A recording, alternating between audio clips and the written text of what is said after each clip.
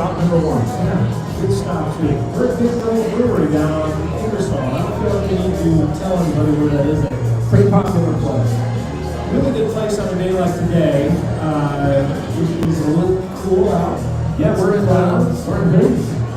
But it is fully covered. Now this patio gets a little bit bigger and better every year. It's fully covered with a heat lamps underneath. We've got fire pits as well. I think it's going to be 85 degrees outside. I'm wishing I just wanted shorts. You have your wife at home while they're selling merch. Like, did you talk her into that on Fridays? Just let her come and enjoy a citrus surface. She just to work. She's doing that as well. I bought her beer. Who am I to talk about? The kids are shooting video. Yeah, where do you get your kids working at child labor? Hey, what are you going to go with Judy? What like is here? That's a good question. I don't know. We'll find out. All right, let's get this going here on Friday. Glad to have you with us. With the Iowa Lottery's new Millionaire for Life game, you could win $1 million a year for life. That could make you a My Dream Job is No Job-ionaire, a front row tickets to every show-yonaire, a hire a personal glam squad for you and your bestie-yonaire. Yep, a little further. Or just to never run out of your favorite pickles-yonaire. With Millionaire for Life from the Iowa Lottery, And these. you can change your life for life. Play today. Is a test segment. The biggest party of the year is here. Zach Brown Band Love and Fear Tour, presented by Margaritaville at Sea. Friday, November 20th, KC Center. Zach Brown Band with special guest Grace Potter. Tickets are on sale now at ZachBrownBand.com. And a little bit of chicken fried. Don't miss Zach Brown Band Love and Fear live. People are watching. Yeah. The Murph and Andy Show is brought to you in part by Ramsey Subaru, home of the toughest, most reliable cars in the world and the people who back them up, on Hickman Road in Urbandale. Attention all campers. Keith Murphy. What I do have are a very particular set of skills. Skills I've acquired over a very long career. Andy Fails. I'm telling you straight, it's my way or the highway. Powered by AD. Just a bit outside. Murph and Andy.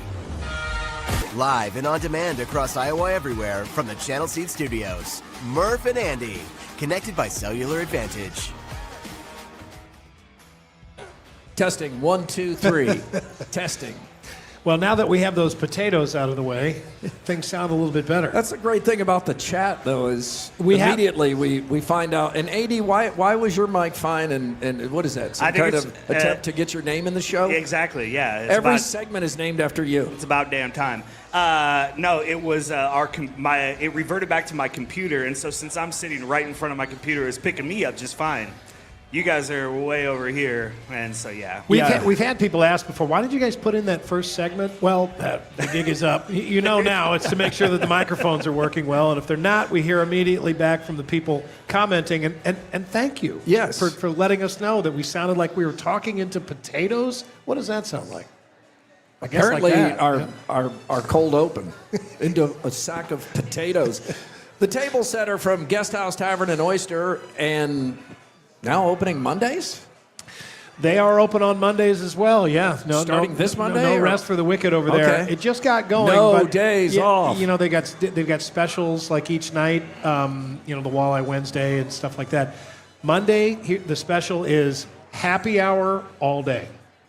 It's that basic. Yeah. 3:30 on happy hour prices. Hey, we know Mondays. You got to do what you can do, but that's such a popular restaurant, I would think they'd need to open on a Monday to get everybody in there. All right, coming up on Sports and More, Monstars Score, Say What, and Unnecessary Censorship, all coming up on the show today. But right now, off the top, let's catch the buzz. The Buzz. Brought to you by Logier Heating and Cooling.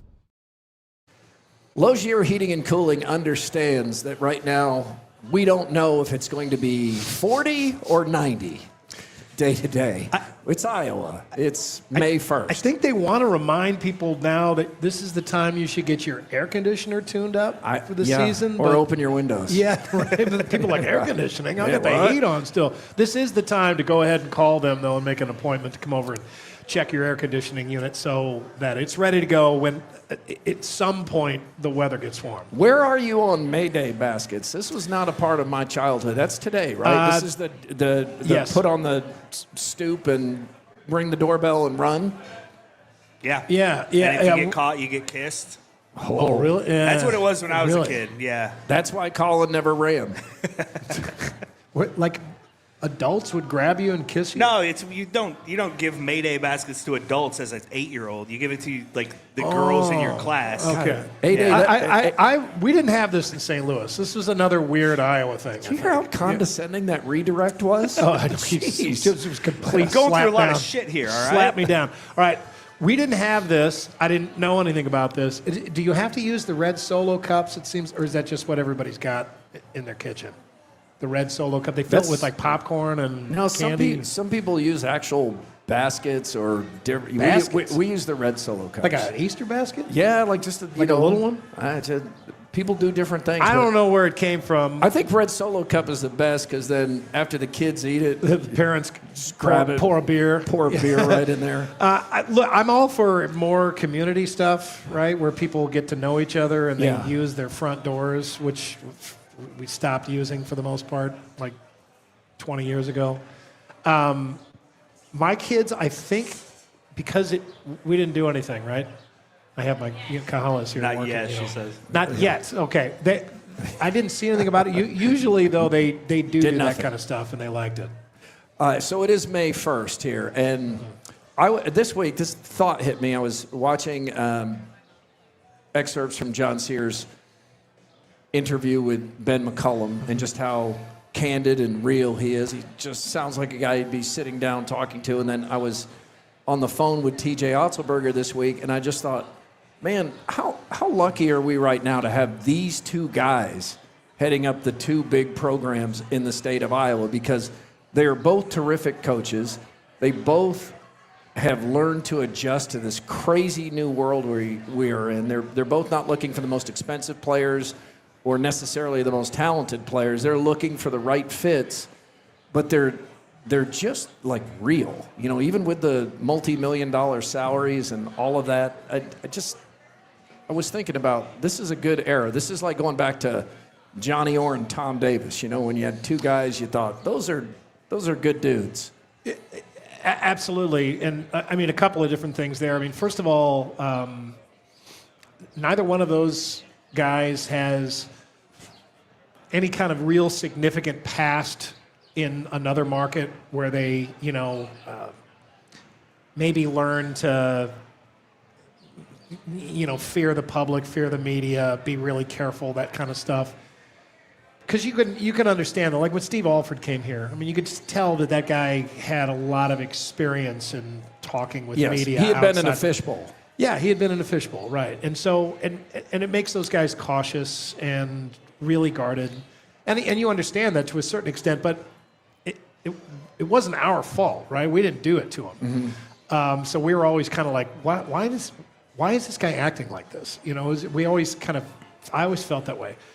I don't feel that way with McCullum and Otzelberger in large part because, I mean, I think they've been, here in Iowa or in smaller programs, and, it's in part because of who they are too, but they haven't had those experiences. They've just kind of been with us or nearby. Right.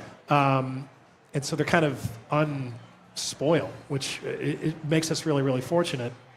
But I also just think that it is just really refreshing. I feel pretty confident that those guys are never going to really change who they are. I do too, and I loved what Ben McCullum had to say because it reminded me of my own professional path when he was talking about at Division II, he made every mistake you can make, and he did it in a place where it didn't get a lot of attention outside of their fan niche, but he just talked about how much he had learned.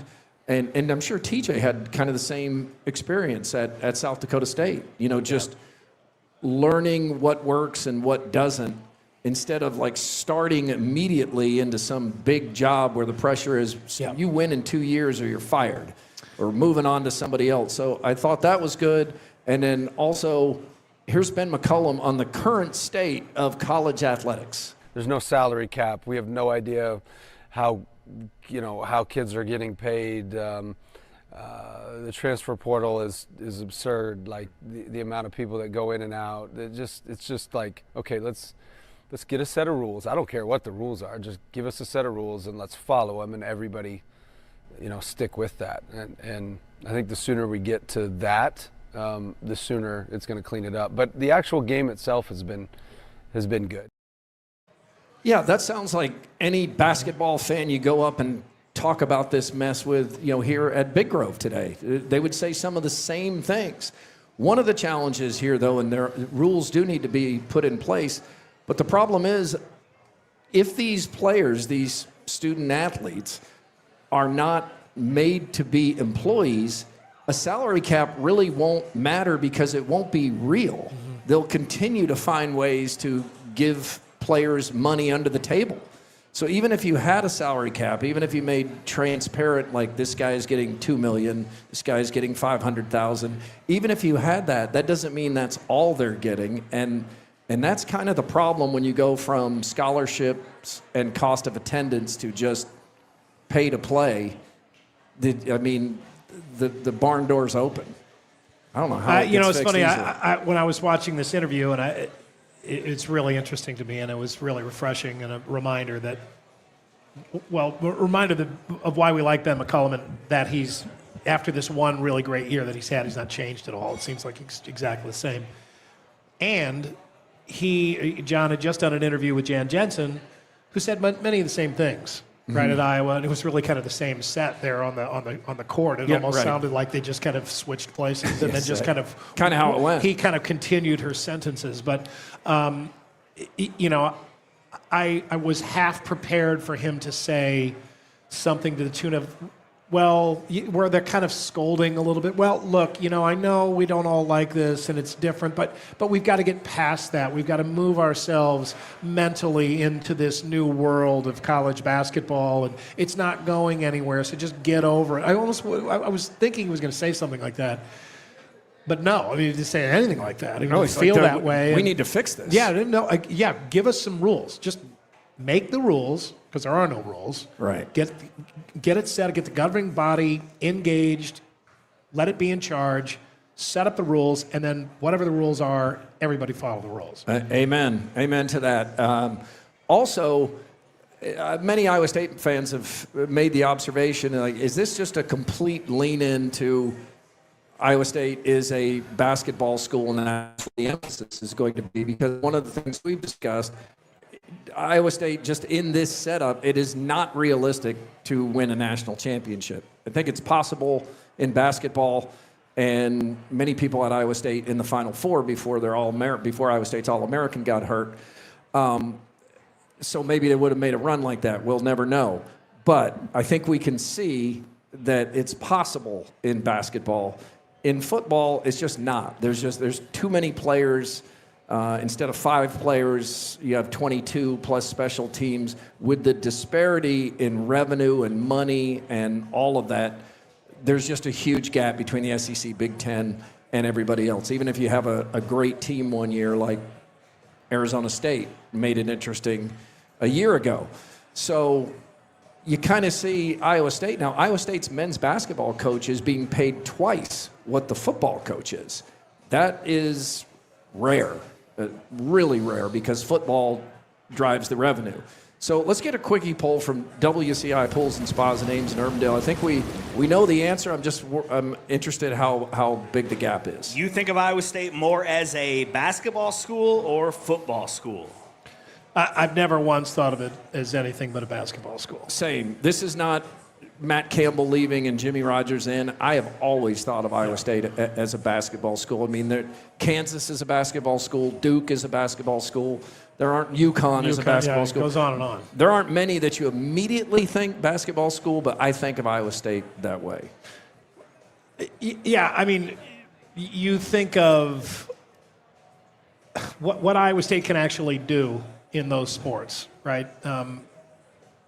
They have a legitimately great home venue that is extremely difficult for opposing teams to come in and win at, that they dread.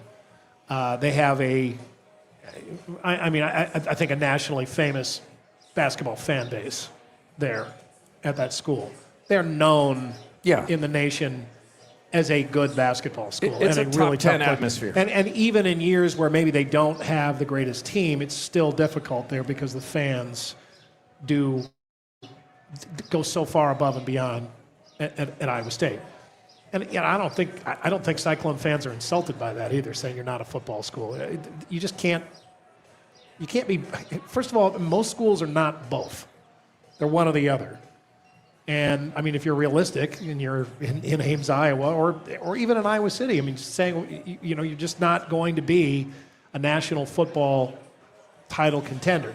Now, the Indiana thing does gray the lines a little bit. What would Indiana fans say right now? They would probably say we're now a football school, right? I think you're right. Which is crazy. That's probably a better Quickie poll. For sure. It is.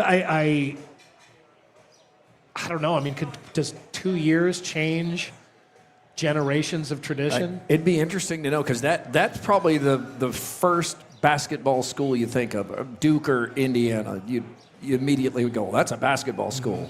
Because the football team North has Carolina's a basketball school, even though they have football. Wow, that's that would be interesting. But there was like Alabama has had good basketball, but it's still not close. Between those two, LSU, same kind of thing.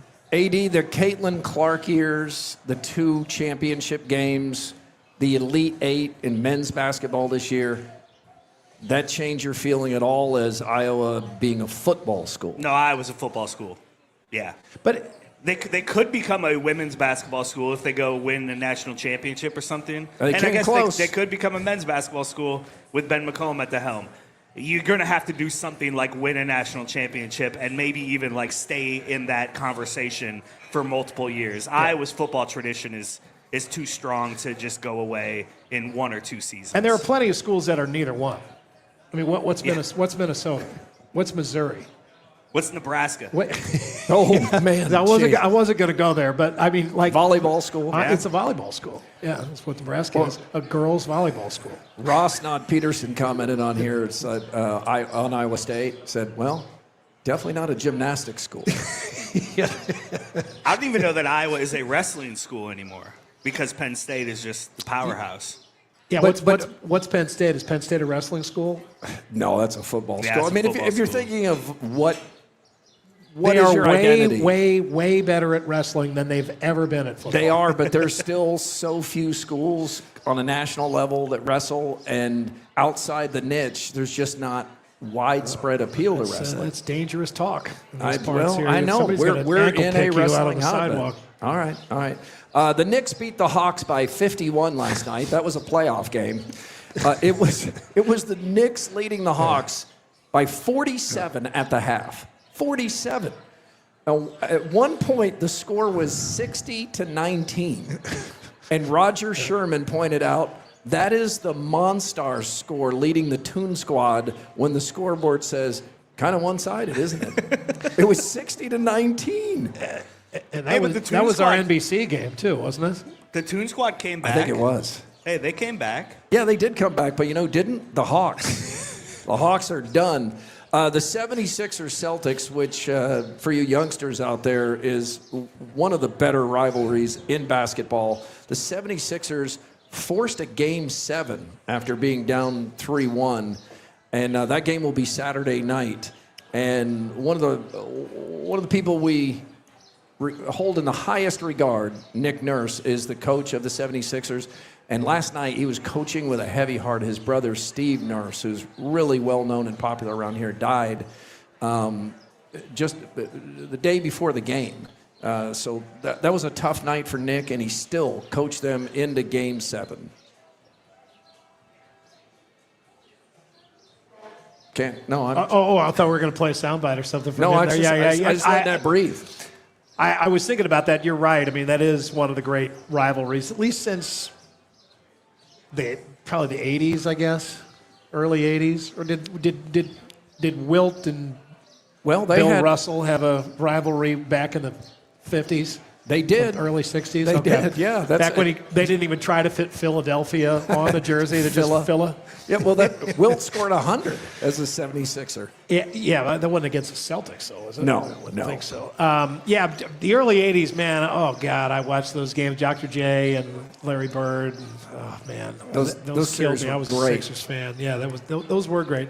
Nick Nurse is a fantastic guy. They went back. So are those throwback jerseys that they're wearing now? That say Phila? No, they've got like the Allen Iverson jerseys, but those are technically throwback jerseys. Technically throwbacks, and another example of just stay in those. The black ones? I don't like those not at the all. black ones. No, like the red ones. The Dr. J ones those are great. Yeah, those are great. No, but they're wearing, at least a couple of times in the series, they've worn those black ones with the answer. The answer? Yeah. God, he was fun to watch. Yeah, he was amazing. They've got the jerseys, but for some reason they did not bring back the shorts. They go down to his calves. Yeah. With that. They should have a throwback shorts. And when Iverson was running around with those two, it's like they didn't bother making him a slightly smaller pair of shorts. No. And he was wearing pants. They were mid-shin. Like slacks. Yeah. Like he was wearing women's capris. And you could fit two people in. It was so baggy. It's just ridiculous. Yeah. So if they should have a throwback shorts, like one night they all wear the baggies, and then the next night make them wear those nut chokers. Yeah. I mean, throwback shorts night. Yeah. That's something, that's a promo. That's a good one. Yeah. Why has nobody thought about that? Throwback shorts night. Bring back the George Mikan shorts with the belt. Yeah. Bring the nutters. Yeah. One of them, made of satin. Tell exactly how much change he's got in his pocket. Yeah. Do that. Bring those back. And then wear those ones that look like hammer pants. How about throwback shoe night? Ooh, that'd be tough. Playing in Converses. Yeah. Like in the Bob Cousy's, the low tops. Yeah, and you know what we'll hear from the superstars? It'll be like, hey, we can't be risking injury out there in these throwback shoes. Those guys never took a night off. They played all 82 games. These guys are skipping like a third of the season to rest their ankles and knees and toes and feet. And then in the offseason, they were painting houses. And they selling Lady Kenmore's. I sold Lady Kenmore's crash. It's the throwback unis from the belt down. How about that? Not the jerseys, the pants. The socks and the shoes. And then just watch everybody's wearing knee pads. Wear those tight shorts and then listen to Overthinking the next week. And oh no, Kenzo goes on some rant. Timberwolves eliminate the Nuggets despite no Ant-Man or DiVincenzo. Now the Wolves will play the Spurs in what is an intriguing series because it's hard to, if you haven't watched Wemby in a Spurs game, even if you're not watching NBA, watch this guy. That's the thing. It's only intriguing if the Wolves get healthy because if they don't have Ant, they're going to get smoked by this Spurs team. I'm not sad to lose the Nuggets. I got kind of sick of them. Oh my gosh, Jake Brenda's here. He's over at the Fire Nuggets fan? I bet they wish they had Mike Malone right about now. Nuggets fan. He was crying last night. Jeez, I didn't see him over there. I'm wearing my reading glasses, which means that the crowd, everybody's face is blurry to me. I can't see anything. But you can see your computer. I can see my computer. That's and the most important thing. It. Yeah, those probably come in handy for some people at like 1 a.m. at a bar. You're good to me. Let me put these reading glasses on and look at you up close there, honey. Andy, we really screwed up Wednesday because it's a tradition, Lee Elia Day. So, we did sorry, I am sorry about that. Right. April 29th. It's not too late. April 29th, 1983. The Cubs have just lost. And they start the season 5-14. And the bleacher bums are giving the Cubs a hard time back in 1983. And Lee Elia goes off in maybe the greatest managerial rant in history. 60 swear words, including 31 F-bombs. I'll tell you one thing. I hope we get hotter than shit just to stuff it up them 3,000 people that show up every day. Because if they're the real Chicago fans, they can kiss my ass right downtown and print it. They're really, really behind you around here. My fucking ass. What the fuck am I supposed to do? Go out there and let my fucking players get destroyed every day and be quiet about it? For the fucking nickel-dime people that show up? The motherfuckers don't even work. That's why they're out at the fucking game. They only go out and get a fucking job and find out what it's like to go out there and a fucking living. 85% of the fucking world's working. The other 15 come out here. A fucking playground for the cocksuckers. Rip them motherfuckers. Rip them cocksuckers like the fucking players. Got guys busting their fucking ass and them fucking people boo. And that's the Cubs? My fucking ass. They talk about the great fucking support that the players get around here. I haven't seen it this fucking year. All right, they don't show because we're 5-14. And unfortunately, that's the criteria of them dumb 15 motherfucking percent that come out to day baseball. The other 85% are earning a living. I'll tell you that. There's some fucking pros out there that want to fucking play this game. But you're stuck in a fucking stigma of the fucking Dodgers and the Phillies and the Cardinals and all that cheap shit. All these motherfucking editorials about say and fucking the Phillyitis and all that shit that is sickening. Rip me. If you want to rip somebody, rip my fucking ass. But don't rip them fucking guys because they're giving everything they can give. But once we hit that fucking groove, it'll flow. And it will flow. The talent's there. I don't know how to make it any clearer to you. I'm frustrated. I'll guarantee you I'm frustrated. It'd be different if I walked in this room every day at 8:30 and saw a bunch of guys that didn't give a shit. They give a shit. Oh my gosh, that just amazing. And great job finding all the pictures from the era that went exactly along with what he was complaining about. Jeez, that is incredible. That's the all-time rant, and he was I think died last year, 2025 or so, and just a lifetime, well-respected baseball man. Came to regret that, but most of all, if you talk to him about it in the later years, he would say, "That's what I'm going to be remembered for." I mean, he won World Series as a coach, not as a Cub, but that is what he's remembered for because it's beyond Christmas Story. Well, he wasn't doing well, and then he got replaced, and Jim Fry came in, and the Cubs made the playoffs, and the next year. Well, that was a big deal back then. Yeah, it was a really big deal. But he's complaining about He's complaining about the fans heckling, not just the sparse crowds, but. And he clarified later, not talking about all fans, talking about those who are heckling our players. But gosh, he had some good ones in there. Oh man, you could tell that he had been thinking about a lot of that stuff for a long time, and it was kind of loaded up in the queue, ready. That for the right moment. What did the narrator say in A Christmas Story about his dad? Oh, some artists work in oils or clay. My father worked in profanity.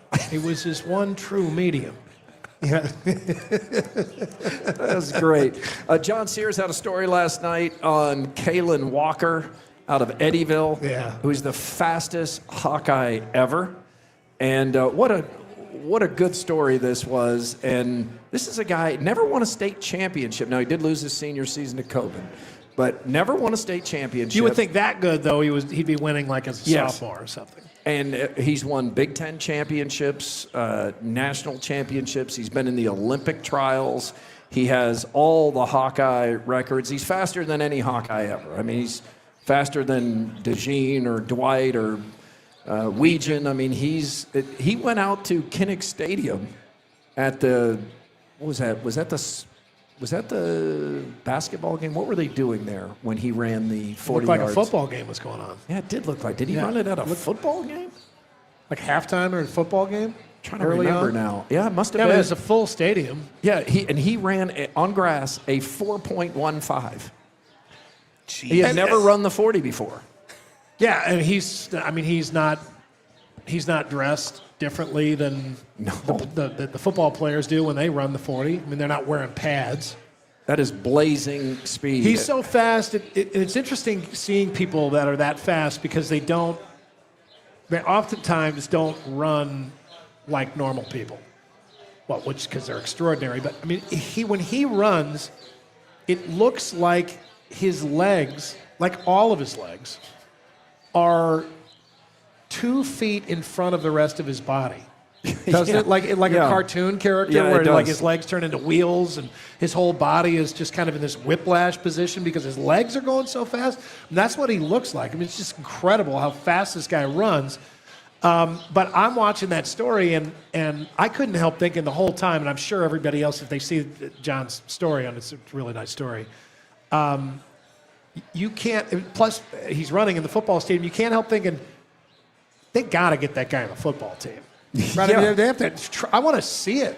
Right? I mean, could he possibly get finished and have some eligibility left? No, because he went to Indian Hills first. Man. He's like 5 or 6 years in. He's done after the national championship. Yeah, but COVID was when he was a high school senior. Doesn't that count anything in college? It seems like it. Can he get one of these 8-year careers? Because he could step right in for Weegan. Right? I want to see it. The NFL has had a number of players that were great track athletes that took up football. Bob Hayes, Ronaldo Nehemiah. Who else did that? Willie Gault. Willie Gault, yeah, great sprinter with the Bears. Ended up being a great deep threat. I would love to see that. I mean, he may not ever do too much, but how fun would it be to just watch one just deep out, just a fly pattern. And he's about the same size as Weegan and Dwight, just kind of small and compact. But I remember back when he ran at Kinnick Stadium, somebody made the comment like, man, how on brand is this? A really fast white guy running at Kinnick Stadium. Because, I mean, you've had Tim Dwight, Cooper DeJean, Caden Weegan, Riley Moss, the fastest guy in the Big Ten. I mean, he stands out in a race. Kalen Walker. He's killing one stereotype, but absolutely upholding another one. The fast white guy from Iowa. Just everybody's in Iowa is white, right? Yeah. He is. He's so fast. I was so white. The sprinters are white. The corners. The cornerbacks are white. The tailbacks. Where are the white cornerbacks in the NFL from? Iowa. He must be an Iowa guy. Why? Are there others? Why would you say that? Just those two. And they're from Iowa? Yep. But not Iowa high schools. Yeah, Iowa high schools too. There was a race at state track, and in that 100 meters, Caden Weegan, Cooper DeJean, and Kalen Walker all running the 100 against each other. And those three didn't win. A guy from Spirit Lake won. Another white guy. I don't know. Yeah. How good is that guy feeling? He's got to have a big old poster of that on his wall, right? Him crossing just ahead of those guys. That is, that's something that obviously at the time we didn't know that was that big a deal, or just having all those guys and race at the same time. But that's a cool thing that, you could look back on all the time is, hey, there was a time where these guys were in the same race. CBS has taken out the gambling references in the viral Brendan Sorsby story. Kate, can I see my phone there for a second? Because I need it to reference the story here. This is not my phone, is it? No. No, that's not my phone. All right, well, this is... Do you want to use my phone? No, because I have it, you have it saved. There? Yeah. There you go. Thank you. It's all very relaxed here. It should be. It's a Friday, right? It's a perfect example of like parenthood right there. Yeah. Hey, the phone I let you take, can I get that back? I need it for something. Can the phone that I shouldn't have had to $50 I gave you earlier, can I get change for that? Oh, could you give me a sandwich? Because I'm broke now, thanks to your showing up here. So CBS wrote this story, and it is real. It is legit. It's not AI created. And it talks about Texas quarterback Brendan Sorsby is away from the team indefinitely after entering a gambling addiction program, which threatens his status for the upcoming season as the Raiders' prized possession. Texas Tech was an overwhelming favorite, but has now moved to even money at plus 100 via FanDuel Sportsbook. Not to throw in another gambling reference. The Red Raiders' projected win total has also decreased from 11.5 to 10.5, and Sorsby is no longer on FanDuel's Heisman Trophy odds list after opening at plus 2,500 just weeks ago. So that's one of those things that it's boilerplate to give that stuff, to also tie in a major sponsor that you have, but it reads so tone deaf on this story about a guy who's had to enter in because he can't get off these gambling apps, even though he knows he's not supposed to do it and it's against the rules. Right. Yeah. This article that just lays out how just everywhere gambling is right now, and yet the story is about somebody getting busted for gambling. Yeah, the only way it could be worse is if it's like Sorsby who placed 1,000 bets in 1 year on DraftKings, where you can now sign up and get a free $1,000. Warren Buffett, who seems to be pretty good with money, He's got a lot of good advice. Yeah, he said in an interview that sports betting, in the simplest term, is a tax on stupidity. That sounds a little strong, but I mean, from somebody that I take it he doesn't gamble. I don't think he. Well, didn't he offer like $1 million for a perfect bracket? That's gambling. Although that was just a prize, I guess. Yeah, it's not really. I think all gambling is a tax on stupidity to some extent. Well, you're not. The odds are not in your favor. They're never in your favor. The house always wins exactly. eventually. Yes. But if you. So isn't blackjack also a tax on stupidity? And Yes. slot machines? Absolutely. Yeah. But isn't insurance just gambling? If I can get Jenny to watch the 76ers Celtics game tomorrow night because she's got $10 riding on the game, I look That's at that win. as like buying a movie ticket. Yeah, that's a win. Yeah. Yeah, but you're kind of exploiting her, I won't say stupidity, but her addiction. Her addiction. Her competitiveness. Her gullibility. Yeah. Well, she is gullible if she falls for that. Well, you're paying to have an investment and caring about the game. So it's just that's a nice way to wax poetic about it, right? That's you it's spinning in my it to best make yourself interest to feel move better. to high or low since the last show. Presented by Wealth Charter Retirement Planning and Tax. Charter Retirement Planning and Tax with good advice about what you should do with your money, and they probably won't tell you to do a lot of gambling with it. They want to make sure that you're taking care of it the right way. Tim Hawkins and Company can be found at wealthcharterretirement.com. I finally got, I'm going to go high here, I got a haircut this morning, and I've gone longer without a haircut before. Yeah, this is the longest I can recall seeing it, because I noticed this week that it was getting like wavy. Yeah. So you left it nice and it's not high and tight. No, it's rounder. My wife, who's here working, whose opinion I care about a lot. There she is. Okay. She told me she just said you need to let the sides grow out more. Why? You always get the sides cut too short. And you know how sometimes it's helpful if somebody provides you with like a vivid illustration of what they're talking about? Yeah, that's very helpful. To help drive the point home. Let you picture it. She told me that when I get my hair cut short on the sides, it makes me look like I have a mailbox head. Did you say mailbox or did you say toaster? It was probably both. Shape. Yeah, but long and narrow and like thin. But that's perfect though, because it was not a compliment. I will tell you that. But you look like the Van Pelt logo. Yeah, it was like I look like Randy Feenstra.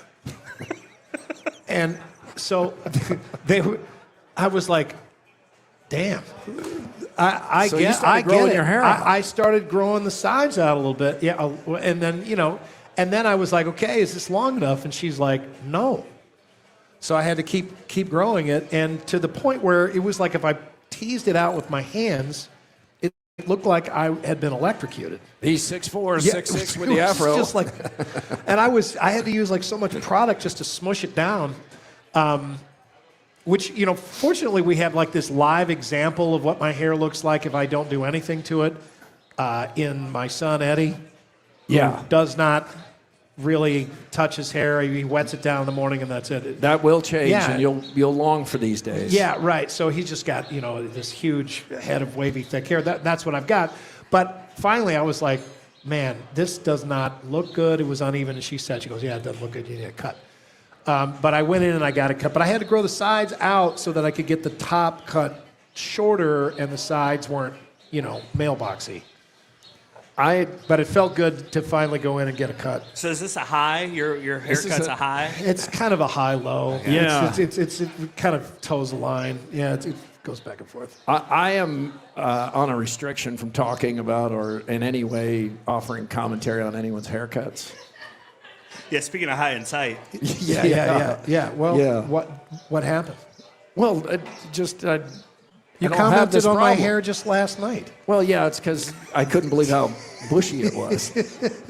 There is no way that you ever not know where you stand with Murph in your hair, because he looks at it. Even if he doesn't say anything, He's constantly looking up at your hair. It's envy. My you're eyes like, are down no, it here, is Murph. not envy. It's not envy. You're thinking of a funny line that you want to say, but you're not going to because it's rude. Or it's borderline rude. Didn't stop Kahala.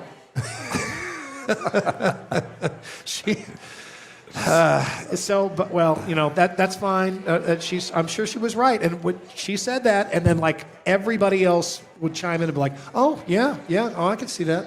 Yeah, I didn't get any backup from anybody else at all. I'm going high with the Minnesota Wild advancing. That's really good for our friends here with the Iowa Wild. It is a positive thing. The longer they keep playing, our good friend Brandon McCauley works for the Minnesota Wild as their videographer.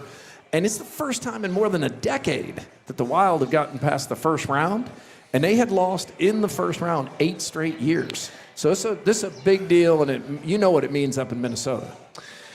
It means a lot, and it's extra special because they beat the Stars, who used to be the Minnesota North Stars, and some people are not over that. I would guess Norm Green is probably still about the most hated man in Minnesota for anybody that knows that name. Yeah, for taking that team away. I mean, that was a very well-supported team, a really good franchise. It had been in the NHL for a long time, and the fans loved it.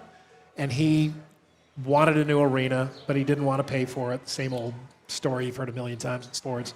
Yeah. Dallas built it for him, picked up the team, and moved it. And oh my God, I mean, seriously, that is just, how wrong can that be? How counterintuitive is that? You move a hockey team out of Minnesota to Texas. Money. That just shouldn't happen. Always follow the money. I mean, and then later on, there was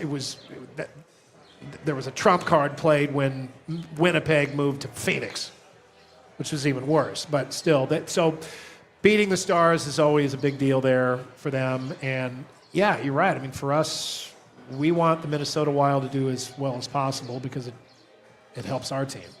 Time now to find out what's bugging you. Hey, this is Drew in Olathe, Kansas, and here's what's bugging me. Remember when we were kids in the 80s and 90s playing baseball or softball at your local city park, and you would skid up your knees sliding into the pea gravel, which warranted an immediate trip to the on-site bathroom to wash up? There you would find a single-handled bathroom sink, requiring one hand to continually twist for the rusty water to spew out. Having immediate concerns for tetanus in an attempt to clean it out? Well, it gets better in 2026, right? Wrong.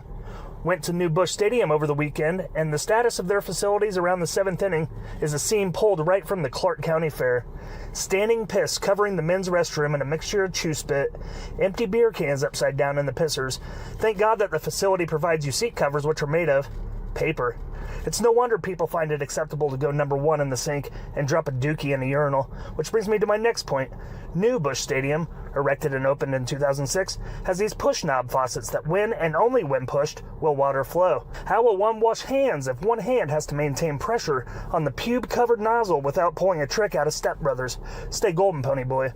To top it all off, and for your protection, of course, paper towels are not available in said restroom. Hand dryers have been installed for your convenience. Do we have the Turbojet Blaster 3000 or Thanos Infinity Gauntlet? Of course not. We have these bad boys right out of a retro Iowa rest area. I'm looking at you, Osceola. I hope the fans walking behind me didn't mind the piss flavoring I gave their cotton candy or popcorn from my shoes in the concourse. Got to get that guy his own segment. Good stuff, Drew. Man, yeah, that was funny. I actually, really good. He's talking about my stadium, but I am actually kind of glad to hear that it is aging. You want your stadium to be rough around the edges. You don't want those brand new, squeaky clean stadiums. No, you want a little bit of character. No, you want some spice. This reminds me, not a sponsor, not connected anyway, but last weekend I was at the Peggy's tent, and Bob's Sewage Service was there. Oh, yeah? And he pulled up. See Steve? And no, I don't know the Bob name. Sewer Rooter? I don't know the name of the guy who was cleaning the porta potties, the kibos. Oh yeah. That's not our Steve. That's not our Bob. That's a different thing. Yeah, this is the septic service. Shitters are us. Yeah. I don't think that's the name, but I was so impressed. Like, this guy did his job with just thoroughness and pride. I mean, he cleaned all those toilets. They were cleaner than any bathroom in a house could be when he's done. Yeah. Oh, wow. Yeah. He was in there just gloves on. He was scrubbing them. He cleaned everything out. He flushed everything out. I mean, he did his job really well with pride. And then a half hour later, I went in there, and there was like 5 cans thrown into the toilet. Like, what? Why would you do that? There's a garbage can right out here. Right there. Yeah. It's just, it's really annoying. I agree. That's a tough job. It probably pays well. But, man, you know what? He did it well, and he did it with pride. That's a job where, everybody has that occasional conversation about, oh, this is the worst job I ever had, or, man, I'll tell you what I had to do. One summer I had to do that, and that guy ends the conversation every single time when he pulls out that story. He was like, well, can't beat that. That tops my digging post holes for a week. That was awful. I remember I'd look down at my watch. I said, got to be noon, got to be lunchtime. Oh, it's 9:05. Digging post holes is the worst job you ever had? Yeah. Andrew, what was your worst job ever? Ooh. This one. Yeah, this. I haven't had bad jobs. Bagging groceries was not great. It took time went so slow. Bagging groceries. I had to work for my uncle's propane plant one summer after I graduated from college, before I went to Europe. I was trying to raise some money. It was like 100 degrees. It was the summer of the giant flood, 93, and outside Springfield, Illinois, and I would have to drive around and sand down rusty propane tanks and then repaint them in the heat.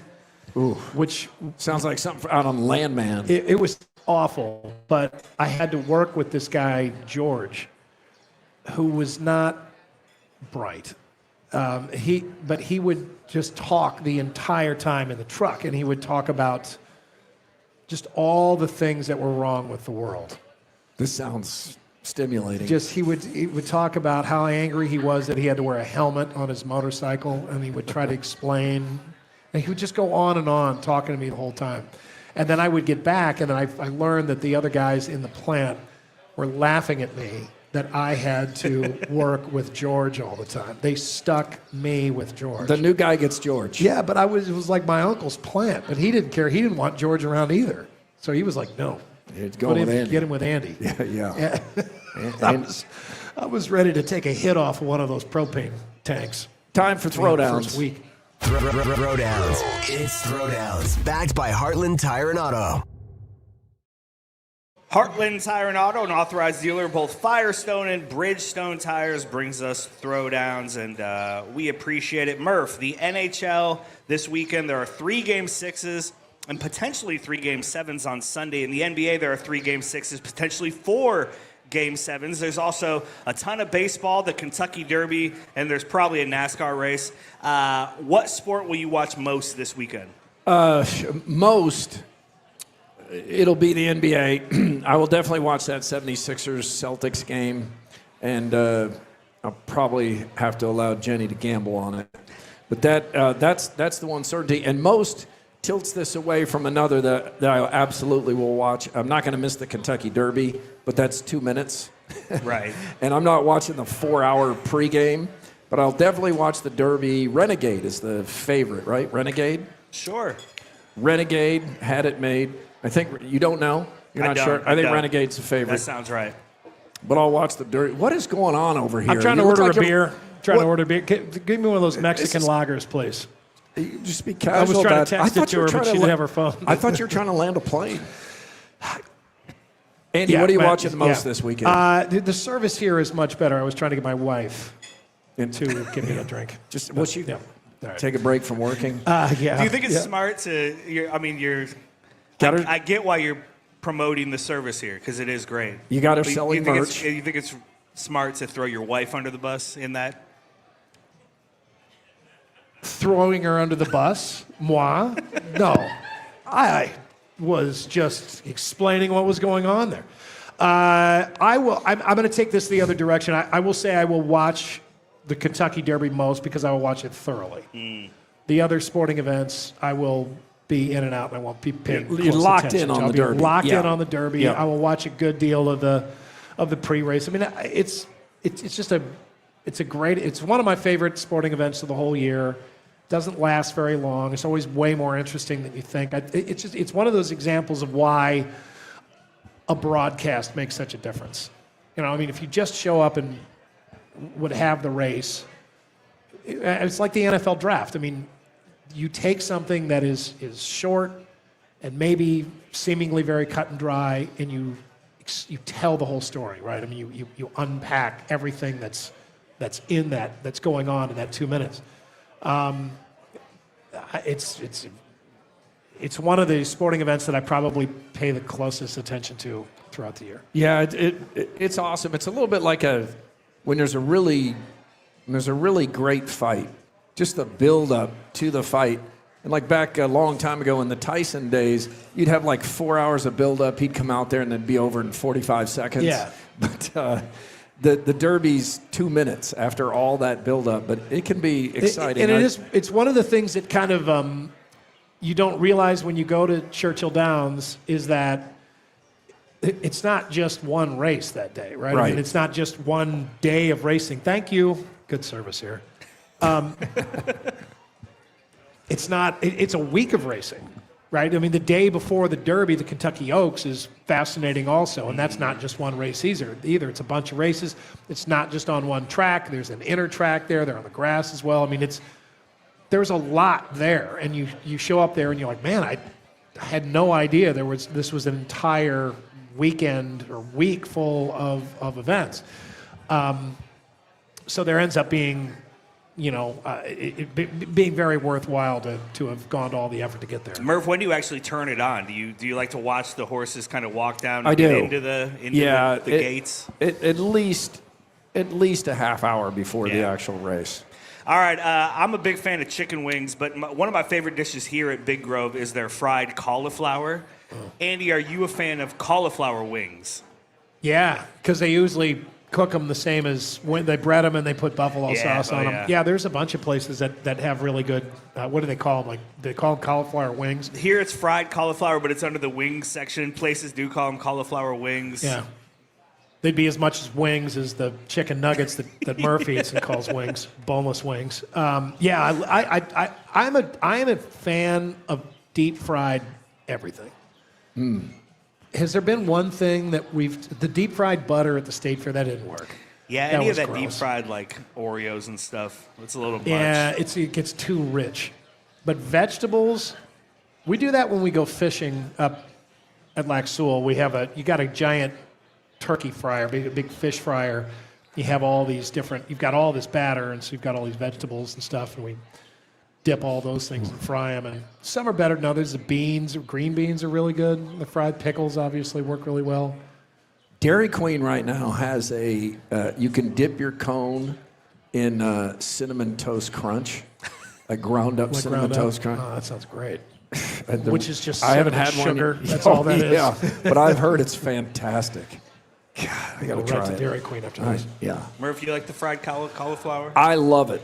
I love my weakness here. And we come here quite a bit. My weakness here is ordering that and then like a burger and fries. And I've eaten so much of the cauliflower, the burger and fries, but that just turns into another meal. Oh yeah. Just take that with me and eat it another time. That's Throwdowns. All right, thank you. Nice idea. Scott did make it here. He is. Yeah, he's been mulling around talking to fans. Talking to his fans. Yeah. Do we have any over in that merch store with Kahala? Are there any Scott School shirts? No. Don't think so. Hey, there's Chris Williams. It is. Chris Williams over there. Yeah. God, he looks so healthy. That's weird. He does. Looks thin. So My favorite thing about Williams is he comes here where there's like all these people, there's all these fans, our wives are here, and he talks to the two people he sees every day, Aiden and Brent. That's a move right out of Hassel's playbook. We're at a party and we talk to Andy all night. I'm going to go, All right, stick Scott himself School, in a corner. Stupid Quickie poll, and more next. It's Murph and Andy live from Big Grove on Iowa Everywhere. Let 2026 be the year you finally take that Canadian fishing trip you've always dreamed of. And let me suggest you take it to Lac Seul Evergreen Lodge in beautiful Ear Falls, Ontario. Lac Seul is one of the greatest walleye lakes in North America, and Murph and Andy Show listeners have the stories and the pictures to prove it. A day's drive from Iowa, owned by Iowan Kathy Taylor, on incredible, gigantic Lac Seul. Now booking late summer and early fall 2026. Find more information at lacseulwalleye.com.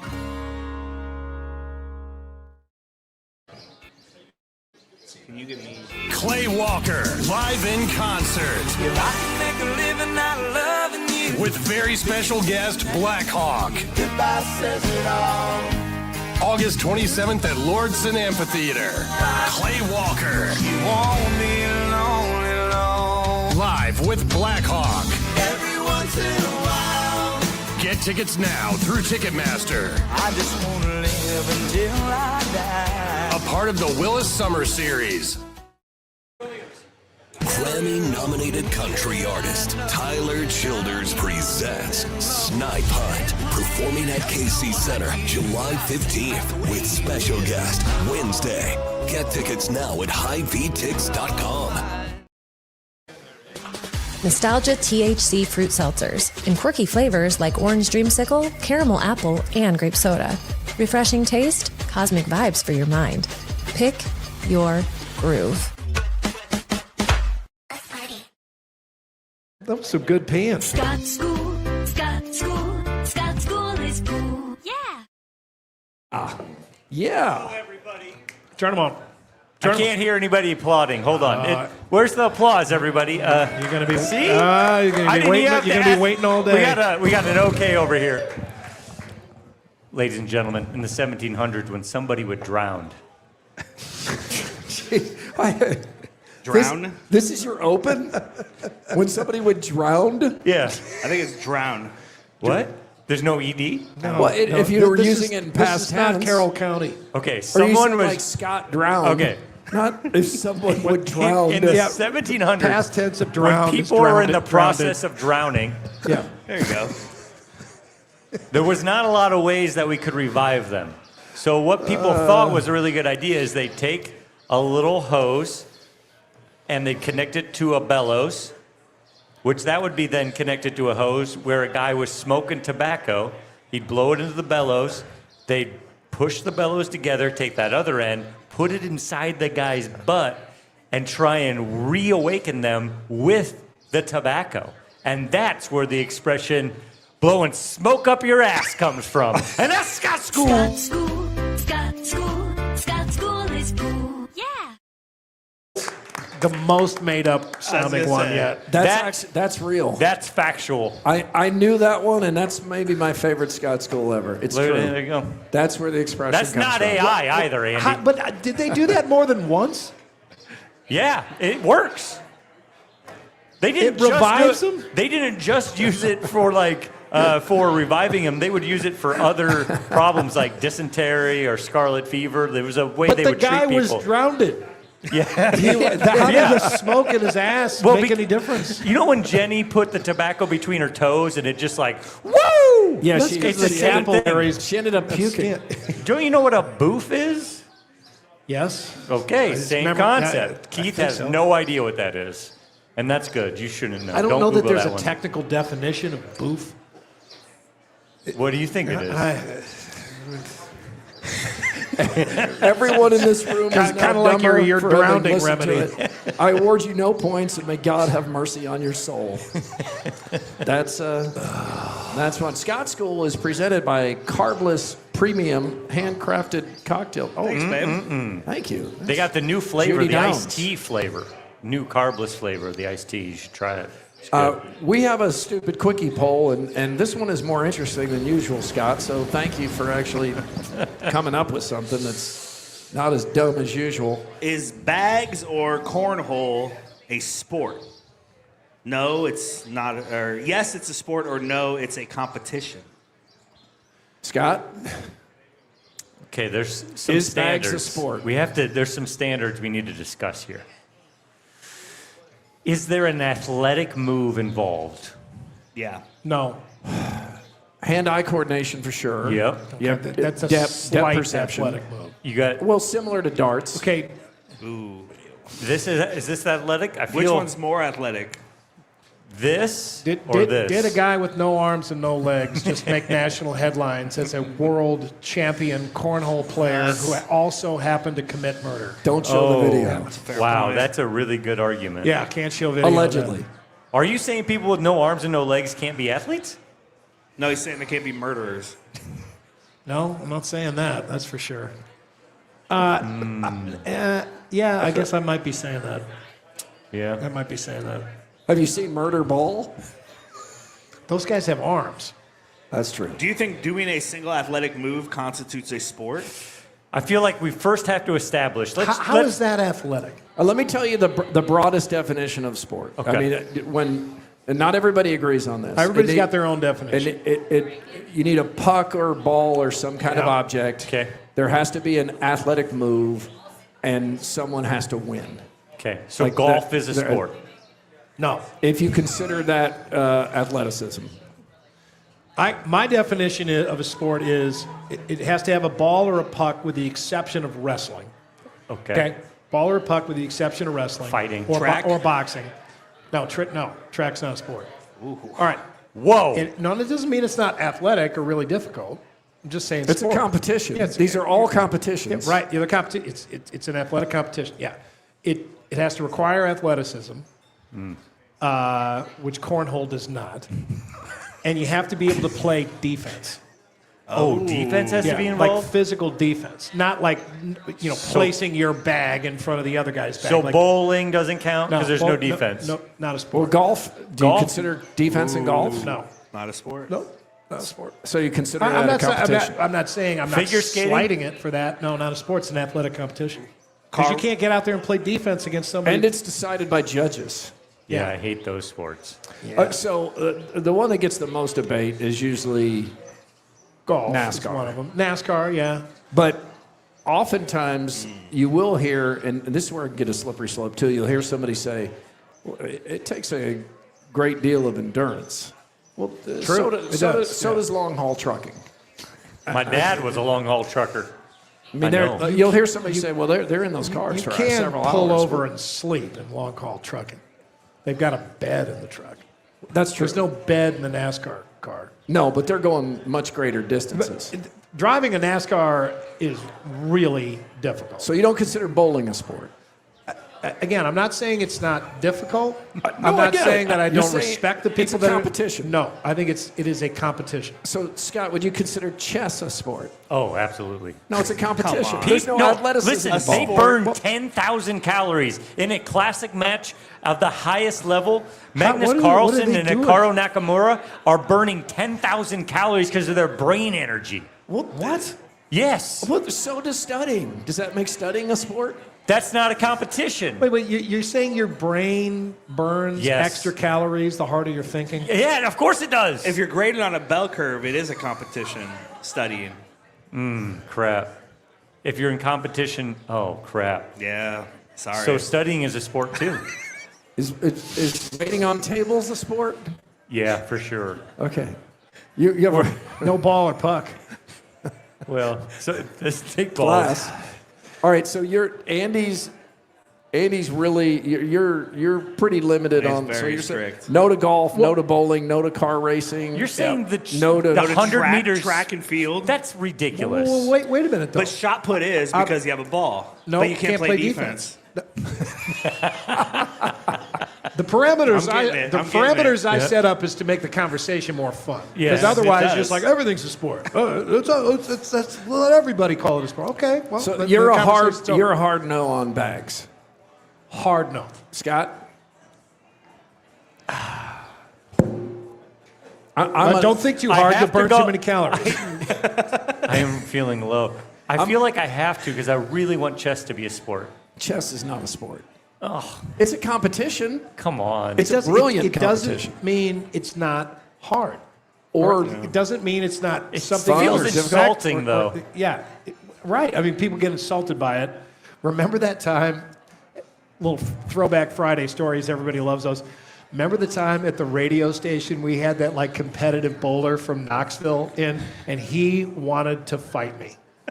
He did. You remember that? Yes. That guy wanted to fight me. Yes, he did. He walked in with a pissed off, you just took a leak on my dog face. He was like, he was really aggressive. shit talking me the whole time, Yeah. like staring at me. It was worse than And the I time had- you mixed it up with the pro wrestler. Hacksaw Jim Duggan. That was Yeah. fooling around with Hacksaw. Yeah. This guy was not He was not fooling playing around. No, he was serious. He was, and I had no idea. I didn't know what he was talking. We had no idea, but he's like, he had won some tournament. Yeah, and he had, I don't know why he was a, in there. a What's Bugging Andy. Or I think we were talking about it on No, the radio show. okay. We had talked. Cause I gave that same theory, which I stole from I think it was Mike Claiborne down in St. Louis had this. That was his. Andy, parameters for sport. Andrew. Let me tell you what's a sport, Andrew. But this guy's like, he's talking about how well he's been bowling here. He goes, and let me tell you one more thing. And he looks right at me. He's like, it requires athletic ability. Unlike your buddy over here who doesn't seem to understand the sport of bowling. And that guy was ready He was ready. go. He was ready to throw hands. He was so angry. And I was like, first, what are you talking about here? And I was like, oh, okay, he must have heard that conversation. And he's all angry about that. But this guy had been like stewing on this. He had been thinking about it. Absolutely. I think he had like a picture of me on his wall with like darts sticking through my forehead. and But stuff. you handled it well. Like, I was far more uncomfortable than you. Like, I could feel I didn't know what was going on. I thought something was wrong with him. Like he had taken a bowling pin to the head. or I something. recognize anger pretty quickly. Yeah, this guy was mad. Oh, Well, I man. didn't know what he was mad about. And I was like, oh, I'd said bowling wasn't a sport, which I'm not saying it's not really difficult. And it's really cool to watch somebody that's Is really it good at really bowling. that difficult, though? It's not that difficult. Did This you guy's start gonna the come after HBO you. series on bowling yet? No, I haven't. But regular dudes now are You'll get getting into it. 300s all the time. It's like free throw shooting. It's the exact same every time. No, you guys are now supporters of bowling all of a sudden? Now, I mean, as a sport, no, it's not a sport. I love bowling. But how I like hard it bowling. is. No, I think it's really hard. I No. do. It is like, how about that No, it's highlight not. that's always all over Golf Instagram, is really YouTube? hard. That guy's driving here from Knoxville right now. Who's Pete Weber? You know that bowler yeah. where he's just like, Who yeah, am I? right here, No. man. The guy's just like way too I pumped am up about him. bowling. Well, there's a guy. Okay, so there's a bowling series on HBO. You probably think this does not interest me. It's narrated by Liev Schreiber. Yeah, which he's the best narrator. Each one's a half hour long, and they're on the pro bowling tour for a year, and it's edited and produced in such a way where like it's great. You just look forward to the next episode, and one of the guys on there we get as a lookalike for you all the time. Brad Pitt's in this? I can't think of his name right now, but he's on there for you all the time. And then Guppy Trout. What? His fishing is not a sport. He has his son has hair like his huge Jackie Moon type white man's fro, and he's one of the best bowlers in the world. He's an interesting character. The son in or series. the Guppy? I think it's Guppy Trout's son, isn't it? You remember His name is Guppy Trout. No way. That can't be right. There's no way. Two fish. AD One name. And he's a bowler? Yeah. He's got fishing names for bowling? Like, I figured if his name was like Turkey Guppy Strike. Trout.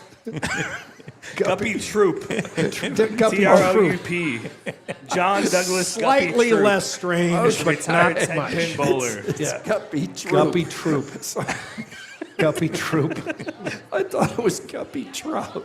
Which is better. That is better. I'm kind of disappointed. It's not Guppy We'll watch Trout. that series. Anyway, so Scott, somebody, it's already passed because people are What are we in doing the comments right a lot. No, if someone asks a question in our comments, and it's a good question, if you are sure that chess is a sport, are you also saying that Monopoly is? Monopoly's a terrible game, but Settlers of Catan, definitely a sport.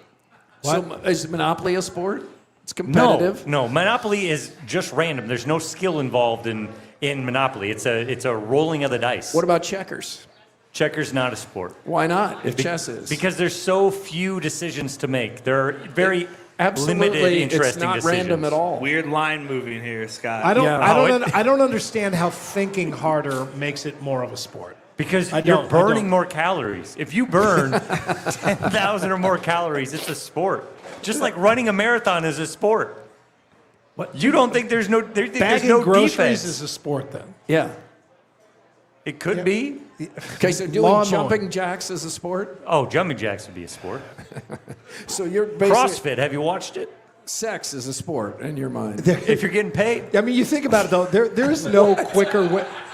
If you're getting paid, yeah. There's no quicker way to piss somebody off though than telling them that their like fringe athletic activity is not a sport. That's like telling them that their wife is ugly. Yeah, it is. I mean, or it's like saying that their kid has a stupid name. It's the I mean, you may as all well three say- things can be true. It's like that will set them off. Oh man, that guy in Knoxville. I wonder what he's doing now. He's driving here to beat up I wonder if he's Scott. okay. That guy was so mad. Remember Michael Keaton to Henry Winkler in Night Shift? Oh, hey, this... I gotta watch that. Why is that? That movie is never on Netflix This your wife? or Prime. That's nice frame. That movie is never on Netflix or Prime. I'm just gonna have to buy it. Oh, yeah, I think it's because they know people want to watch it. Confluence, the official beer of Murph and Andy. Confluence, where good things come together. Andy, we're going to be at Confluence, what, in June? Yeah, we are there. We're in May I think now. it's It's the next month. June 26th. Yeah, it's one of the later stops on the patio tour. But yeah, we will be there. They're obviously ramping up to a really big season. They've introduced a whole bunch of new beers. So they've got 87 taps running right now. And you know that we love Confluence and their patio over there. Good place to stop if you're on the bike trail or anywhere near the south side of Des Moines. All right, time for this week's Say What winner. Say what? It's Greg Sankey. So the SEC commissioner, after 3 straight years of no SEC team reaching the college football championship game and the Big Ten winning all 3, Sankey will not concede that the Big Ten has moved ahead of the SEC.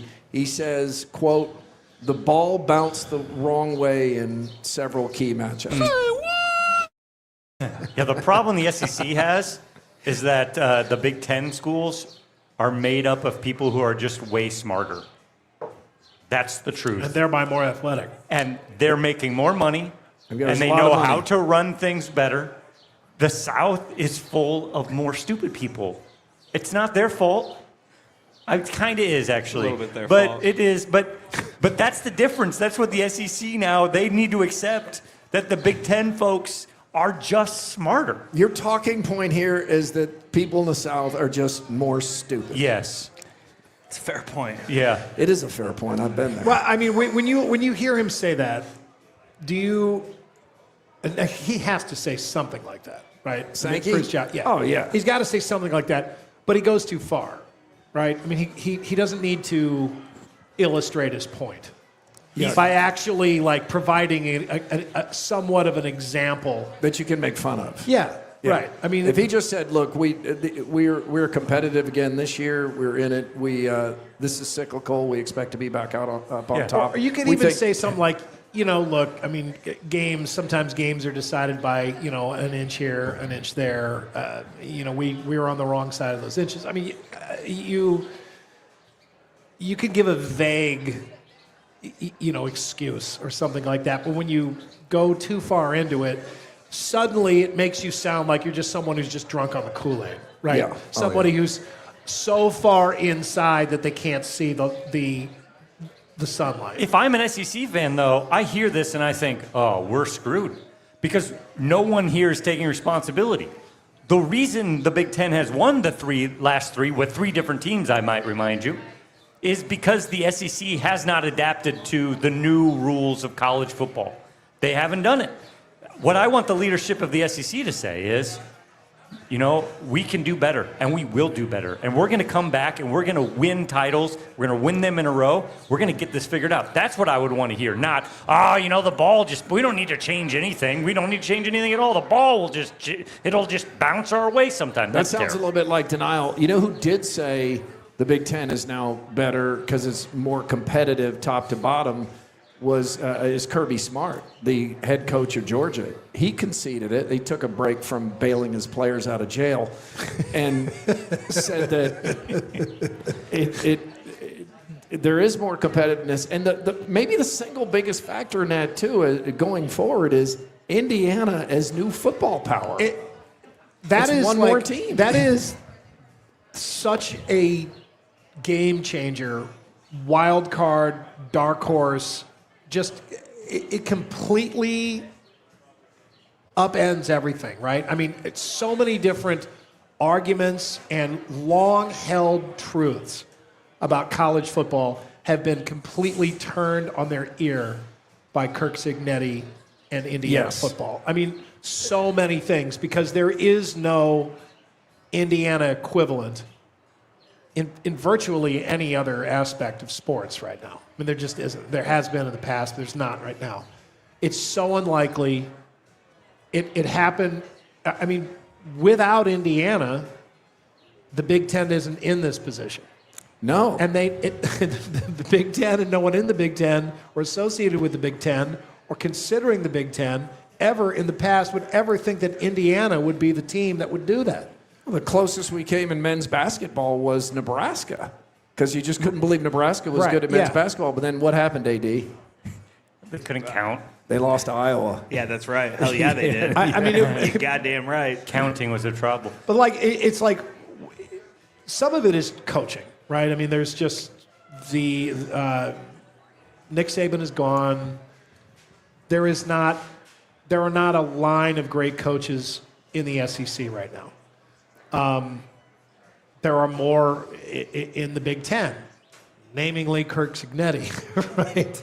And Michigan just added another good coach. Yeah, I mean, Michigan has been a pretty resilient school. I mean, they've taken some lumps, basketball and football. But going from Sharon Moore and his scandal to Kyle Whittingham, that's a big upgrade at Michigan. It is. But to my point, that this is more about the lack of intelligence for the SEC compared to the Big Ten, is that for the longest time, the worst team in the SEC was Vanderbilt.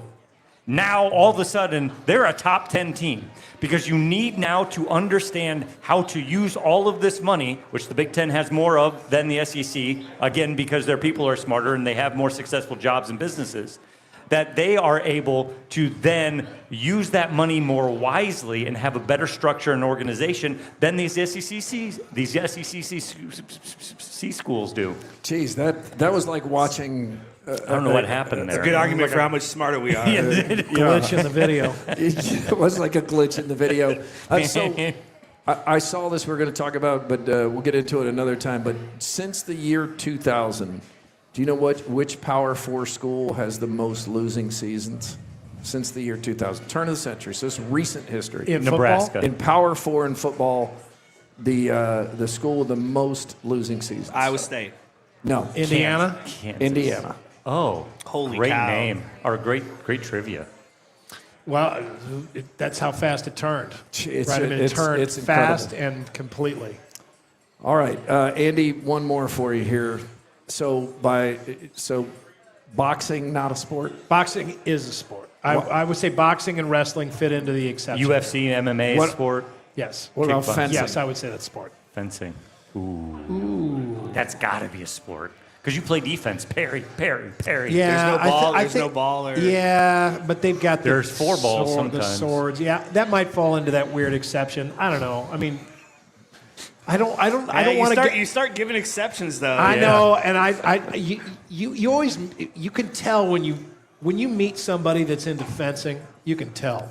I've never Because met usually one they're person. also into like Renaissance festivals, pan flutes, like waxed mustaches, tights. They have an elf kink. They've got an elf kink. They play those board games Scott plays. Yeah, they're Dungeons and Dragons. I mean, they're those kind of people that are into fencing. My father-in-law was into fencing, and yeah, this tracks. Wow. Oh, sorry. I hope he's not watching. Sorry, Judy. No, he's not watching. No offense. She's putting her sunglasses on and turning away. Way to go, Andrew. You just embarrassed your wife. Let's get some more here.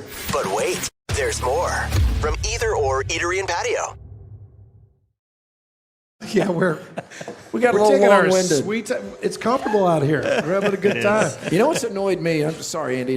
But like Chris Williams, the Iowa Everywhere founder, he has not listened to any of the show. He's been on his phone the He's been entire talking time. to Iowa Everywhere employees the whole time. Way to get around. Have a meeting a different time. Chris, go meet Alex from Black Cat Ice Cream.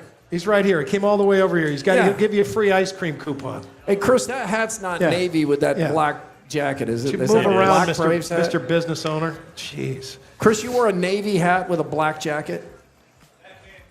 I can't tell. The hat is black? It's not navy? Okay, good. I didn't want you to look You're like a going to Penn bruise. State.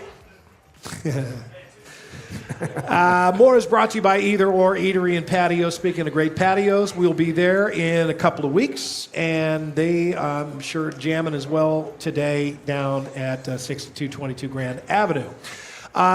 3 Des Moines projects wrapping up this week, reopening some key routes for drivers, cyclists, and pedestrians after years of work. So the Waterworks Floodgate, you've seen that going on over there at George Flood Parkway and Fleur Drive. George Flood Parkway. Yeah, I think it's always underwater. Yes, I Brand did. new floodgate. Clearly the problem is still there, but they've got a new floodgate, $2 million upgrade. They can seal part of the levee system in under 30 minutes versus up to 7 hours with the old system. 7 hours it took to lower that gate? It's like those old roofs they had in The sports. the sun moves faster than that.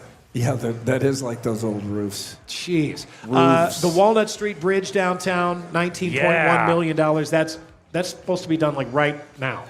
And then we get the Simon Estes Amphitheater back, which I'm really jacked up about. I think that's next year. Yeah, I think it is next year. It is reopening, but I do miss that. They're not.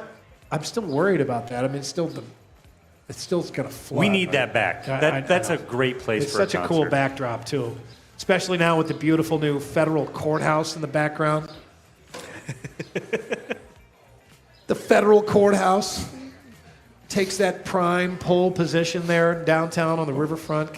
As I drive to our new home, I pass so many really cool Oh, look at like the city hall. Yeah, beautiful. And the other police station. Yeah, the armory. You're talking about the armory. Yeah, building behind Brenton Skate Plaza. They need to make those into some. I had a great plan once, like Faneuil Hall in Boston, and AD shot it down with like, so you mean like a mall? But yes, they need to turn those into something the public wants to come see. I totally agree. They're so Once we get the really river cool. works put in, I think that we'll see some That's more almost revival. finished down there too. That Icons Water Trails project down there. That's moving along really quickly too. Good. That's right over by the bridge. It's really nice downtown. We got to make the most of it. It is really nice. So the Walnut Street Bridge, that'll be opening, and then the principal River Walk, they've been doing a bunch of work on the west side. That is about finished as well. Those West three side? projects will be all finished.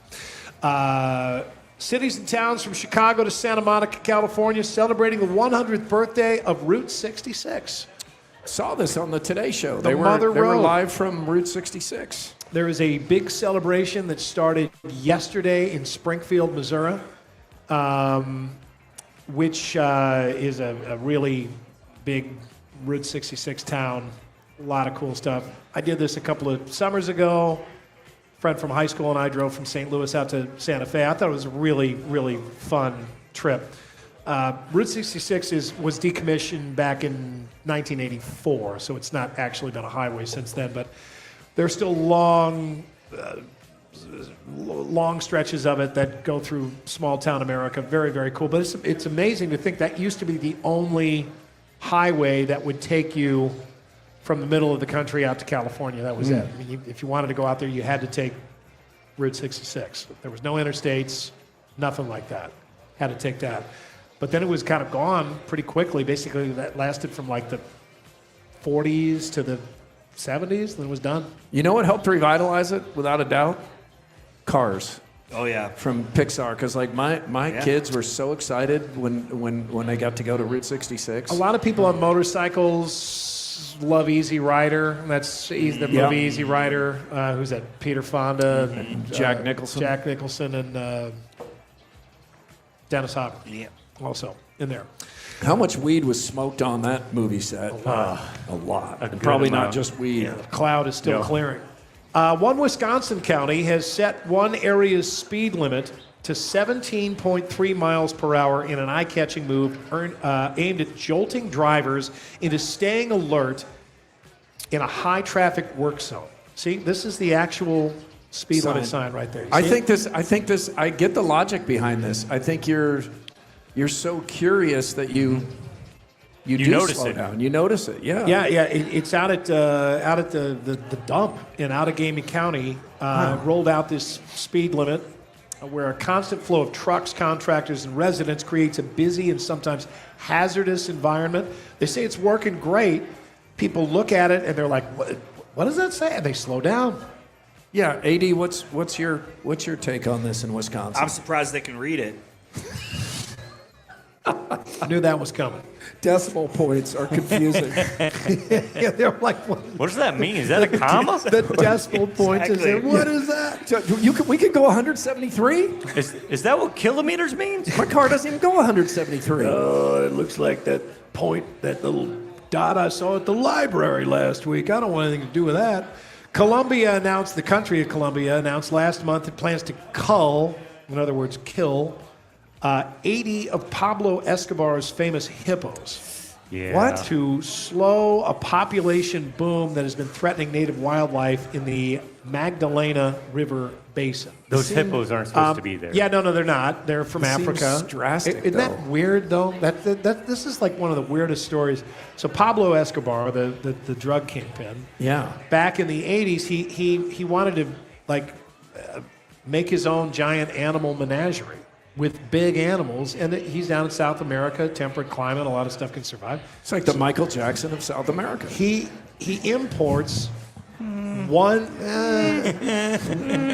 male hippo and Fewer allegations. Yeah. No convictions. Yeah, keep hammering that point. I like how you always point out to you, just like, well, he's not been convicted, Dude, he's the richest guy in the world. Of course he hasn't been convicted. And of course he's going to be sued. If you have kids... No, don't give me a break. You know how that works? You're that rich, you're not going to prison. If you have sleepovers, you're going to be sued. That's which is what. Yes. And you build an amusement park for children. He's animals. explaining that. He's like, now why wouldn't you, if you love somebody, why wouldn't you want them in your bed? And Ed Bradley's like, are you crazy? I'm with Ed Bradley on this Why one. wouldn't you want them in your bed? Well, it's a little kid. You're a grown man. End That's of not your right. kid. End of talk. But it's your bed. Oh, that was so weird. Anyway, Pablo Escobar. So he brings Back to the drug He brings in kingpin. 4 hippos. The other one. One male and 3 female hippos, and that male was hitting it. Hungry hippo, Exploded you know? into 80 hippos. Now it's 160 hippos. I mean, those things are all over the place, and they're destroying wildlife. So to continue with the story, an Indian billionaire's son, his name is Anand Ambani. He has offered to take all 80 of the would-be culled hippos to his wildlife sanctuary way back in India called Vantara in Gujarat, which houses more than 150 animals. 150,000. 150,000 animals. Andrew, go back to the picture. This is the Indian billionaire's son, Anand Ambani. Here he is with his fiancée, who is oddly more attractive than he is. Way more, I would say. Not a hippo. They're a mismatch pair. Oh, yeah. Wonder what's going on there. The animals, so they descend from, 160, and these are hippos. These take up a lot of space. You have to give a huge military plane to fly those over. Yeah, it's going to be a big deal. Now, here's Starbucks CEO Brian Niccol explaining why a $9 cup of coffee is not a total ripoff. People, they want to have a special experience. And regardless of what your income level is, in some cases, a $9 experience does feel like you're splurging. And then what that means is we have to make it worthwhile, right? And then in other cases, people believe, well, this is a really affordable premium experience because they're saying like, well, it's less than $10 and I get a really premium experience. So regardless of where you're stationed in those income cohorts, we want to make that experience worth your while. Say what? Yeah, the Wall Street Journal podcast guy is like hanging himself with his own rope here. Make coffee at home. Yeah. Make your coffee at home. I've been in enough Starbucks to never think like, man, I'm having a premium experience. Yeah, what a premium experience. I mean, there are. I get it. I mean, you do pay the a premium, coffee's but pretty damn good. But I mean, it's good coffee. But most people get it to go or at the drive-through anyway. They're not like, let me go into Starbucks. The line so I at can the hear Starbucks Imbruglia. The line at the Starbucks drive-through is really long. It makes me frustrated when I see it. From Forbes magazine, 10 things Americans who are not so rich waste their money on. Number 1, daily premium coffees. I looked at like 10 of these lists this morning. I've now had... Daily premium coffees is on everybody's list. I had my first cup of coffee about a month ago. Ever? Yep. And I'm at like 3 now. And I think You've had 3? I like it. Are you going black coffee or just straight black coffee? Okay, because a lot of people, and sometimes they'll be like, I'm on a strict calorie diet, and they're having like a sugar, mocha latte, mocha double vanilla. foam, double vanilla, double sugar. It's a milkshake. Yeah. Yeah, it's a warm milkshake. And it's delicious. Yes. But not healthy. No. Black coffee. 5 calories. Not bad for you at all. Rest of the list, takeout, bottled water, new cars, online subscriptions, gym memberships they don't use, prepackaged foods, new cell phones, like the people who have to get the new one every time it comes out. I'm every other.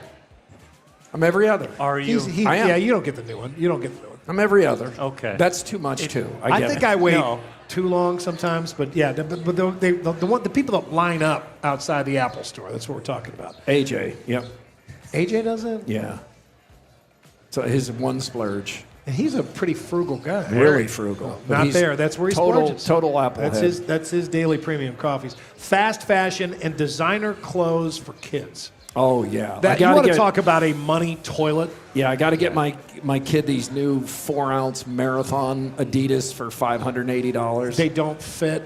Mackenzie just got her daughter this Jackie Onassis Kennedy outfit for Easter, and it was like I think she took out a second mortgage. Is for that it. bloodstains on it? Jesus. I'm sorry. Jeez. Whoa. JFK didn't rise Whoa. from the dead. Whoa. Too much. The pink outfit. Okay. Sorry. My God. Too much. That's You're right. horrible. All right, let's clean it up so we can finish it off here. Were there bloodstains on it? That's horrible. This is Arthur. He's a model. He's not into rough stuff. Sorry. And he's single. My ideal romantic partner is someone who is much older than me. I want someone who knows who they are because me, I'm still figuring it out.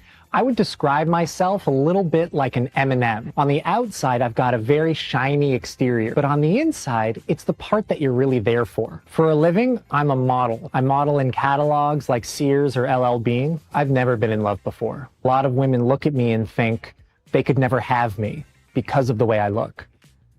I think some of my best qualities is listening. I know that we're all having a hard time out there, and sometimes it's just good having an ear that's open and willing to understand whatever you're going through. I'm not into women who are really into politics or world events. I'm more into women who like to stand in a corner and have everyone go, what are those two doing in that corner? What I'm looking for in a lover is someone who's gentle, but when things call for it, can get a little rough. And then when things call for it again, can get gentle because sometimes the rough stuff it's too far.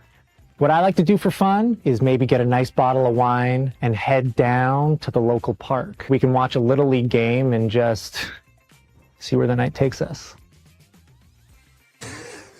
What's it take a bottle of wine to the Little League game? Those actors do a really good job. I'm just too good looking. Yeah, those actors are really good. You know, Scott. Murph had that shirt in the 80s. I've got that shirt tonight. The greatest works of fiction, history of the planet, didn't actually happen. You know that? There's no real Lord of the Rings. Well, not on Earth, but in Middle Earth. Yeah. Scott, Hemingway's characters, he made them up. He just made them up. What a fraud. Did you guys just see that documentary, Project Hail Mary? That was really good. You pride yourself on just improv. shitting on all the fun stuff in life. But like you're the guy that's just waiting with the spoiler. I want to give credit to those actors. They're doing You know what? Star Wars didn't actually happen. There was no Darth Vader. Pinocchio's nose Can did you not get grow. past that? Yeah, Mickey Mouse wasn't really a talking mouse. Did he drive a steamboat though? Nope. Maybe. Jeez. All right, That's nicely your more, done, everybody. All right, time for the Andrew Downs. Another thing named after you. Yeah, I appreciate it. Are you about to fall asleep over there? I'm doing It's all good right. you're not on camera. I don't feel like Kahala's moving a lot of merch, Andy.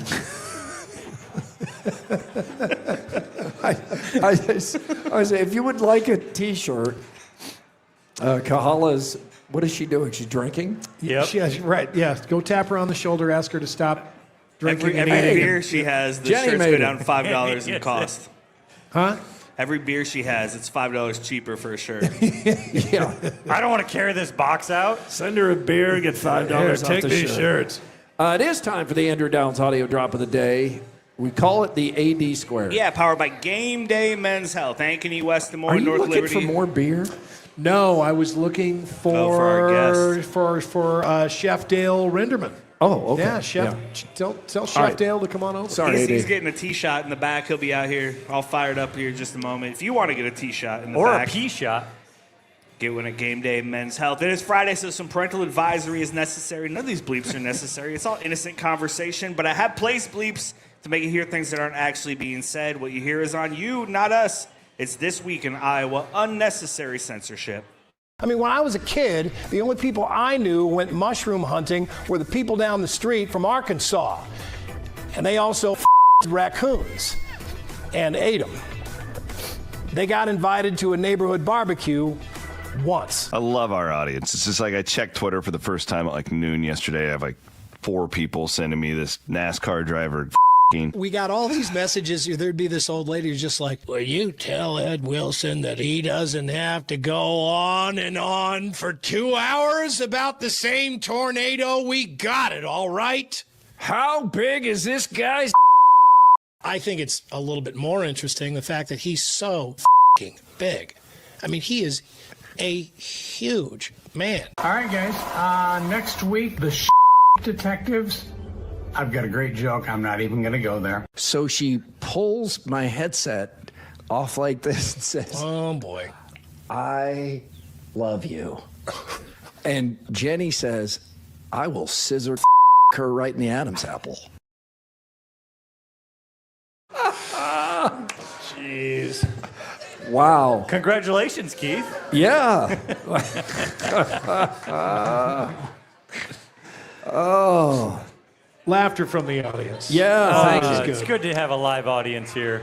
All right, we got some Quickie poll results here from. Oh, wait, hang on. Before that, enter to win tickets to the Top Gun double feature at the Palms. This is coming up Saturday, May 16th. You go to iowaeverywhere.com to register to win tickets to the Top Gun showing on big screen.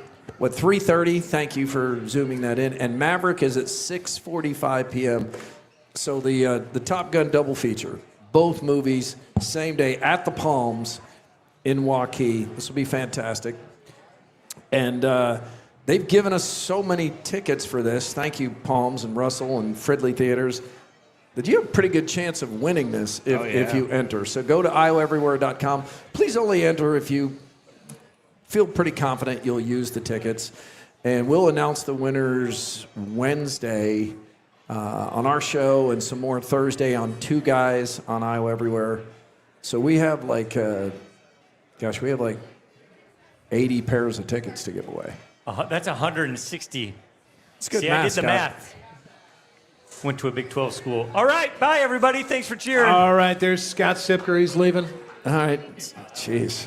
Now, Yeah, Quickie Shauna, poll you results. want to join us here, Shauna? Yeah, there you go. All right, Quickie poll results. We're All right. settled up here. You think of Iowa State more as a basketball school, 95%. 5% say football school. I would like to hear the argument for football school. Yeah. I think Matt Campbell even voted basketball school. Well, yeah, he did after he saw TJ's contract. Is bags, also known as cornhole, a sport? Jeez, they're really siding with Andy here. Well, 83%. That's not a stretch there, right? We're talking cornhole. But that's close to bowling or darts, right? Yeah, Similar? I think if it was golf, though, it would be more controversial. Yeah, probably would be. Sure. All right, good results there. Okay, we are over at Big Grove Brewery on Ingersoll. It's become one of our favorite places. It's a place that really kind of just blew up on the scene. This whole area was an old car dealership, and then basically across the street from the TV station, we kind of watched it just take shape, and it's been a huge hit. They kept the iconic sign. Yeah, kept the cool-looking sign, and it's one of the things that I kind of like about Big Grove is that I've done a number of TV stories over here because this is a place that really gets into community advocacy. Big Grove is really, really active in environmental causes, supporting the women's shelter, homeless advocacy, all kinds of stuff. I mean, they really are into that stuff. They're more than just a business. Right now, this is Mental Health Awareness Month, and they're doing something special with that. Shauna is in promotions here with Big Grove, and she joins us now. She's going to tell us a little bit about a couple of things that you guys have special. Let's start with a non-sports thing first. You're talking about Mental Health Advocacy Month. There are these little cards that you'll find on the table at Big Grove now, and what do people do with these cards, Shauna? Yeah, basically, we're inviting people to cheers and check in. So check in with their friends and family, and just make sure that we're taking care of our people that are in our circle. So we're just inviting you to take one mental health action this month, and so it can be as simple as getting rest without guilt, or reaching out to a person if you need support, and then you can check a box, put it in a little box, and then we're giving away some cool Big Grove swag at the end of the month. And everyone who takes the pledge will get invited to Cheers and Check-In Happy Hour on June 1st. It's an interesting place in that. I mean, this is a brewery and a restaurant, and yet they're always looking for all of these causes to support the local in the area. And I imagine this is probably a little different from places that you've worked in the past, and everybody here has worked in the past. I mean, it's kind of a mashup of a number of different jobs. Yeah, absolutely. That's actually one of the reasons why I really like working here is because we're so involved in the community, and our Big Grove for Good nonprofit is like its own 501(c) entity, and they do a lot of work, especially with the neighborhood beer and the micro grants to do neighborhood projects, and I just think it's really cool. Like, I think that we do a good job of being a part of our community, an active member. Yeah, this place has everything too. You've kind of nailed it with the patio that can be used in just about any kind of weather. Great TVs for watching, great monitors for watching sports. The food is good. People come here for the beer and various drinks. I mean, I think it's become a staple for people when they have out of town visitors. Like, they know they can come here and there's something for everyone. Yeah, absolutely. Yeah. You guys, it is a good place to watch sports, and with the World Cup coming up, look out! You have huge plans for the World Cup. Tell us about that. 5.5 weeks away. Yeah, coming up in June 11th, June. I think it starts. Yeah, you guys are going big. We're going real big. We're going to shut the street down out front for all of the USA games, so there'll be a big street party. We've got a huge LED screen. It's like a 16:9 LED that we'll have out there, so you can bring a chair and kind of camp out in the street.